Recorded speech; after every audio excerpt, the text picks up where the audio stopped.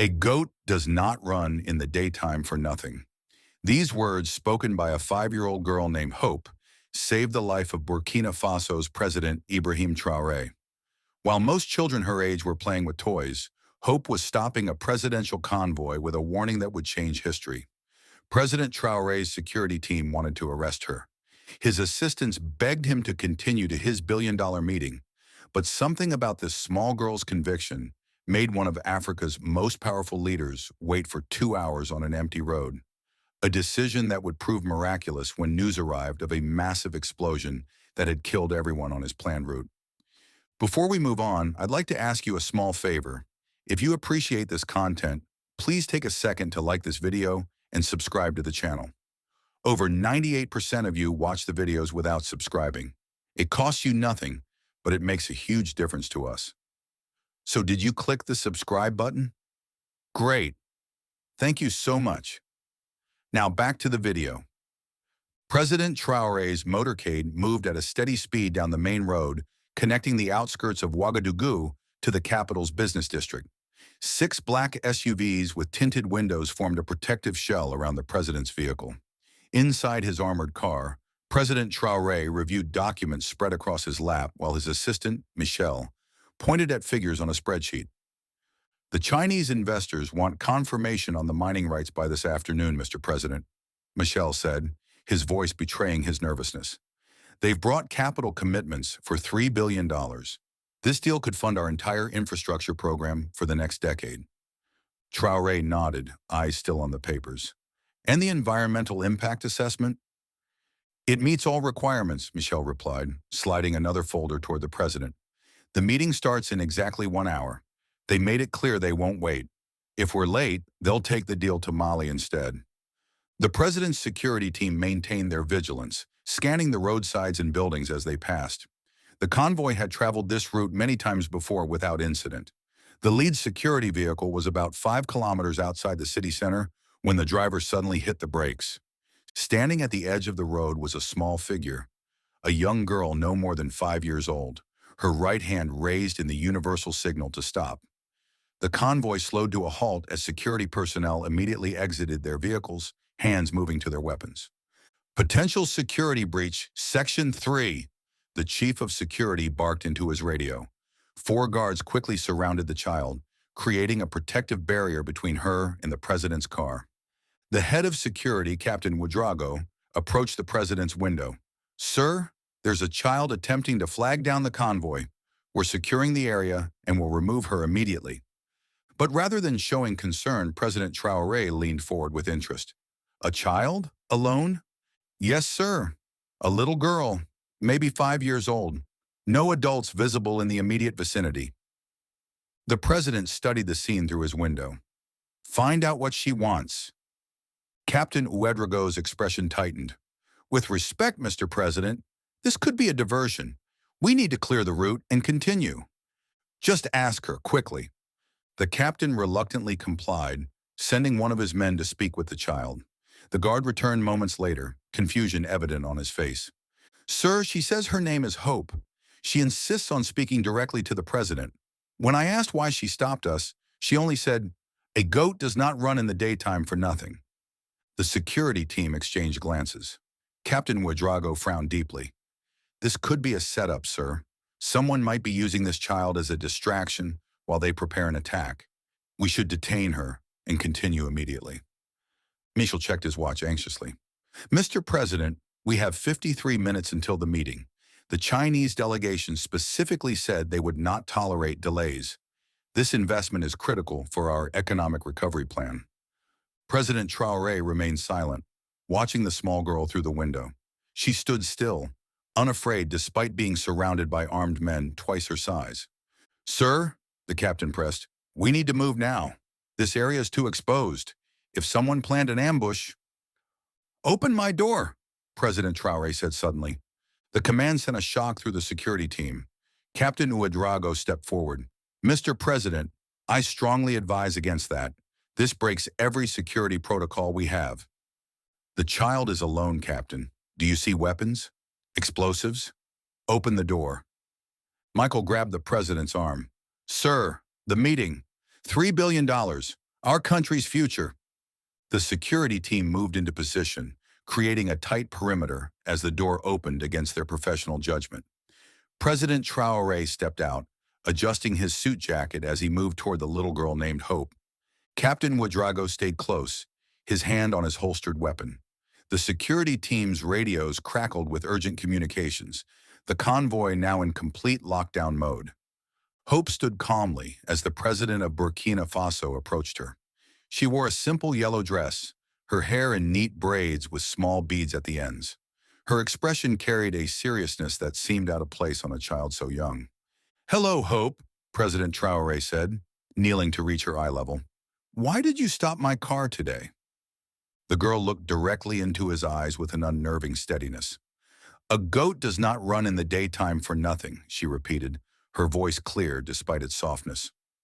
Behind the president, Michel checked his watch again, making frantic phone calls to stall the investors.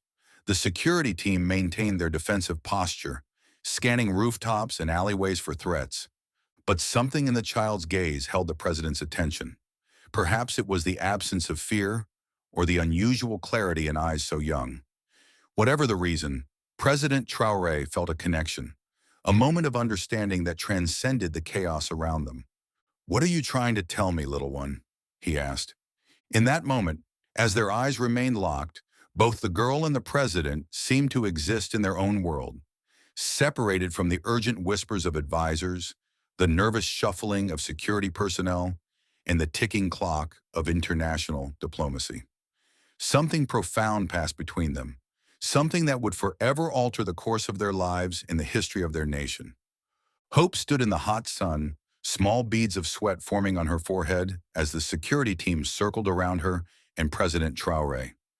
The men shifted uncomfortably, fingers hovering near their weapons while their eyes scanned the surrounding area for threats. Captain Ouedraogo's radio crackled with updates from the perimeter team, but he never took his eyes off the child. The president remained kneeling before the girl, trying to understand what she wanted. When he asked again, Hope's face grew serious, her eyes reflecting wisdom far beyond her 5 years. "A big man who refuses to listen to a small warning becomes the loudest cry in the graveyard," she said, her voice clear despite the tension around them. President Traoré's expression changed. The proverb seemed to strike something deep within him. He studied the child's face, searching for any sign of rehearsal or coaching. Finding none, he asked, "What do you want me to do, Hope?" The security team exchanged concerned glances. Michel nearly dropped his phone. Never had they seen the president ask for guidance from anyone, let alone a child who had appeared from nowhere. Hope pointed down the road ahead. "I had a dream last night. I saw fire on this road. I saw death waiting for you. You must wait 2 hours before you continue your journey." Her voice trembled slightly, the only indication of emotion she had shown. "Please, Mr. President, 2 hours, no less." Captain Ouedraogo stepped forward. "Sir, this is ridiculous. We can't delay your schedule based on a child's dream." Michel's phone rang again. He answered it, walking a few steps away from the group.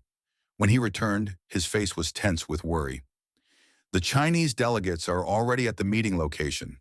They say if you're not there in 45 minutes, they'll consider it a breach of good faith and take their investment elsewhere." Two of the security officers moved closer to the president, speaking in hushed tones.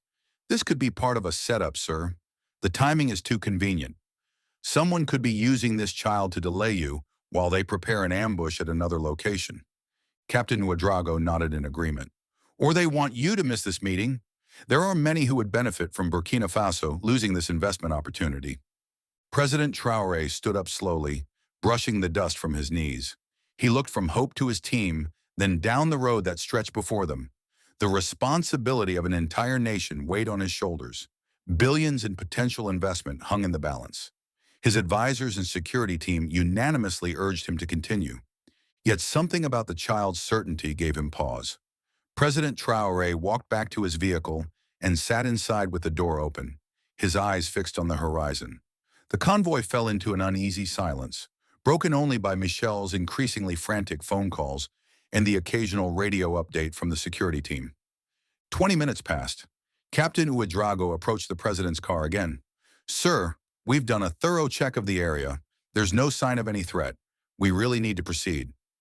Michel joined him, sweat now visible on his collar. Mr. President, the delegates are threatening to leave. They say this shows a lack of seriousness about the partnership. We stand to lose everything. President Traoré remained silent, watching Hope, who had settled on a rock by the roadside. She sat with perfect composure, occasionally looking up at the sky or down the road, but showing no signs of impatience or worry. After 45 minutes, the security team became openly agitated. Sir, this is unprecedented. We've waited long enough. Even if we leave now, we'll be late to the meeting. An hour passed. Michel reported that the Chinese delegation had begun packing their materials, preparing to leave. The security team continued to scan the surroundings, finding nothing suspicious. The minutes ticked by, creating a pressure cooker atmosphere within the stationary convoy. Yet President Traoré remained resolute, his decision to wait seeming more absurd with each passing moment. At the 90-minute mark, Captain Ouedraogo made one final attempt. Mr. President, with all due respect, we've indulged this child's fantasy long enough. We've lost the investment opportunity. Now we're simply wasting time that could be spent on other matters of state. President Traoré finally spoke. We will wait the full 2 hours as the child requested. His tone left no room for argument. The security team fell into a resigned silence. Michel sat on a rock, his head in his hands, mourning the deal that would have transformed their nation's economy. As they approached the 2-hour mark, the convoy remained in place, engines running to keep the air conditioning working against the afternoon heat. President Traoré continued watching Hope, who returned his gaze with the same calm certainty she had shown from the beginning. The child seemed entirely untroubled by the tension she had created, as if the outcome were already known to her. She simply waited, a small figure on the roadside who had somehow convinced the most powerful man in the country to put his trust in a dream. The 2-hour mark was just minutes away when several officials in the president's team began talking among themselves. 3 advisors huddled near the lead security vehicle, occasionally glancing at President Traoré, with expressions ranging from concern to open disapproval. The security personnel maintained their positions, but their body language revealed growing frustration with what many now viewed as a bizarre decision that had cost the nation billions in potential investment. Michel's phone rang again. He stepped away from the group to take the call, his face initially showing annoyance that quickly transformed into confusion. The convoy watched as his expression shifted to shock, his free hand rising to cover his mouth. He nearly dropped the phone as he stumbled back toward the president's vehicle. Everyone turned to Michel as he approached. His face had lost all color, and his hand trembled as he held his phone. He opened his mouth to speak, but no words came out. Captain Ouedraogo stepped forward, placing a hand on Michel's shoulder. "What is it?" the captain asked. Michel swallowed hard, looking from the president to the security team. "There's been a massive explosion on our route. A petrol tanker lost control and detonated on the exact road we would have taken to the capital." A heavy silence fell over the convoy. Michael continued, his voice shaking. "The National Emergency Team reports over 40 vehicles were engulfed in the fire. The road is completely destroyed. They're saying—" He paused, struggling to maintain his composure.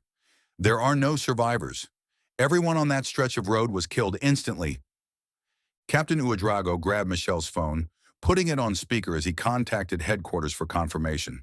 The emergency coordinator's voice came through clearly, describing the catastrophic scene. The explosion had created a fireball that consumed everything within a 100-meter radius. The timing of the accident matched precisely when their convoy would have been passing through that section of road had they not stopped. The security team's radio crackled with incoming messages. One of the officers handed a tablet to Captain Ouedraogo, showing security camera footage from a nearby building that had captured the explosion. The team gathered around the screen, watching in stunned silence as a massive fireball erupted on the road, engulfing vehicles and leaving nothing but charred metal in its wake. "The footage timestamp shows this happened precisely when we would have been there," the captain said, his voice barely audible. He looked toward Hope, who remained seated on her roadside rock, watching the adults process what had just happened. The captain turned to the president, the tablet still in his hand. "Sir, if we had continued on schedule—" He couldn't finish the sentence. There was no need. Everyone understood the implications. The officials who had been questioning the president's judgment moments earlier now stared at the ground, unable to meet his eyes. The security team, trained to identify and neutralize threats, stood in silence, realizing they had completely misjudged the situation. President Traoré stepped out of his vehicle again and walked toward Hope. The child stood as he approached, her expression calm and measured, showing neither surprise at the news nor pride in her role in averting disaster. She appeared to have expected this outcome all along. "You knew," President Traoré said quietly. "Somehow you knew what was going to happen." Hope nodded slightly. "I saw it in my dream." The president knelt before her, taking her small hands in his. The most powerful man in Burkina Faso, humbled before a 5-year-old child who had saved his life and the lives of everyone in his convoy. "How did you know to warn me? How did you know I would be on this road today?" he asked, his voice thick with emotion. Hope looked directly into his eyes with that same unnerving clarity she had shown from the beginning. "It was not me, it was the dream I was given," she said simply. The president stayed kneeling before her, still holding her hands as the full weight of what had happened, what had almost happened, settled over the convoy. Michelle sank to the ground, overcome by the realization that the meeting they had been so desperate to attend would have cost them all their lives.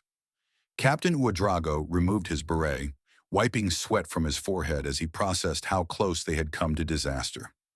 The security team gathered around the president and the child, their earlier suspicion replaced by a mixture of awe and gratitude. These hardened men, trained to trust nothing but what they could see and verify, now stood in silent acknowledgement of something beyond their understanding. President Traoré finally stood, placing his hand gently on Hope's shoulder. "You saved us all today," he said. Hope looked up at him, her eyes reflecting wisdom far beyond her years. "The dream saved you," she repeated. "I just told you what I saw." Her words hung in the air, simple yet profound. A 5-year-old child had become the instrument of their salvation, her dream the warning that had kept them from certain death. In that moment, on that dusty roadside, a new chapter in the nation's history was written, a chapter that would forever include the name of a little girl called Hope. The evening after the explosion, President Traoré made a life-changing decision. He formally adopted Hope as his daughter during a national broadcast that reached millions across Burkina Faso. The president recounted how this 5-year-old had saved him from certain death through her dream and warning. "This child is now our national treasure," he told the nation. "She reminds us that wisdom can come from the smallest voices." Hope's story spread through villages and cities alike. People shared tales of the orphan who became the president's daughter. Her simple message transformed into a symbol throughout the country. A reminder that greatness often appears from places we least expect.